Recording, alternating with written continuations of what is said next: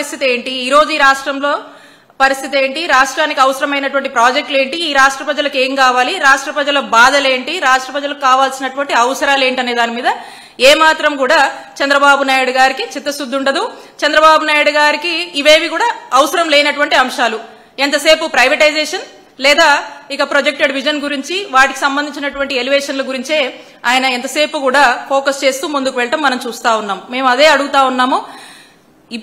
ఇప్పుడున్నటువంటి ఈ Visakha steel plant privatisation అనేటువంటి అంశం గురించి అసలు మీరు చెప్పకనే మీరు ఈ వైట్ ఎలిఫెంట్ అది ఇదని చెప్పేసి మీ ఇన్సైడ్ మీ మైండ్ సెట్ లో ఉన్నటువంటి ప్రైవేటైజేషన్ ని మీరు రబ్ చేసే పని చేస్తా ఉన్నారు. అదే మాకు స్పష్టం అవుతా ఉంది. ఎందుకంటే మనము రీసెంట్ గా చూసాము సిఏఏ సమ్మిట్ ప్రెస్ మీట్ లో చంద్రబాబు నాయుడు గారు ఏం మాట్లాడారో మనకు అర్థమవుతుంది. ఒకసారి ప్లే చేయమ్మా.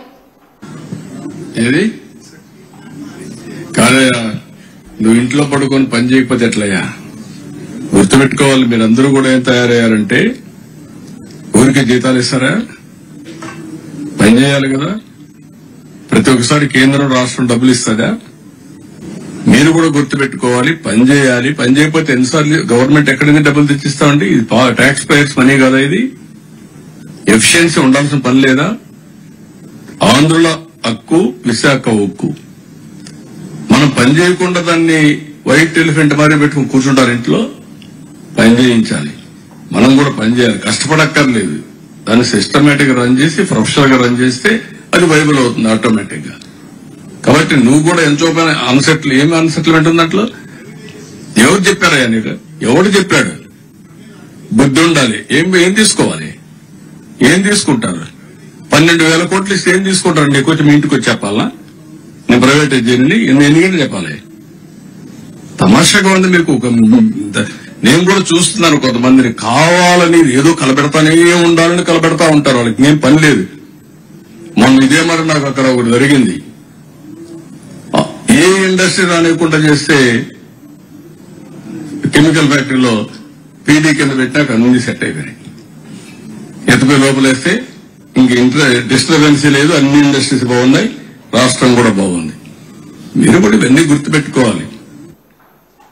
ఇది మొన్న సిఏఏ ప్రెస్ మీట్ లో చంద్రబాబు నాయుడు గారు ఎన్నికల తర్వాత, అంటే సుమారు 2 సంవత్సరాలైంది వీళ్ళు అధికారంలోకి వచ్చాక, విశాఖ స్టీల్ ప్లాంట్ గురించి వైట్ ఎలిఫెంట్ థియరీ అని చెప్పి ఏ విధంగా మాట్లాడారో చూద్దాము.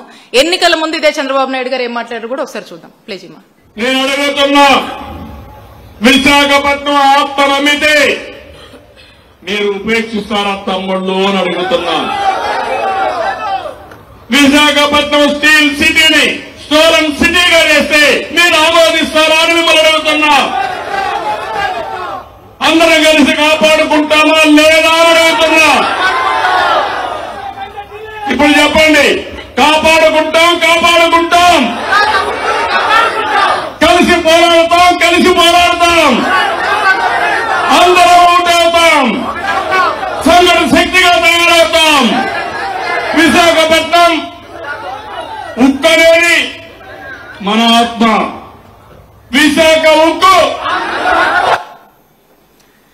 స్పష్టంగా ఎన్నికల ముందు చంద్రబాబు నాయుడు గారు ఒకలాగా, ఎన్నికల తర్వాత ఒకలాగా, అంటే అప్పుడు ఓట్ల కోసం ఒకలాగా, ఇప్పుడేమో గెలిచిన తర్వాత ముఖ్యమంత్రిగా మాట్లాడినప్పుడు ఒకలాగా, ఒక ద్వంద్వ వైఖరి అనేది కనపడతా ఉంది. అలాగే విశాఖ స్టీల్ ప్లాంట్ కి చంద్రబాబు నాయుడు గారు ఏ విధంగా వెన్నుపోటు పొడుస్తున్నారు,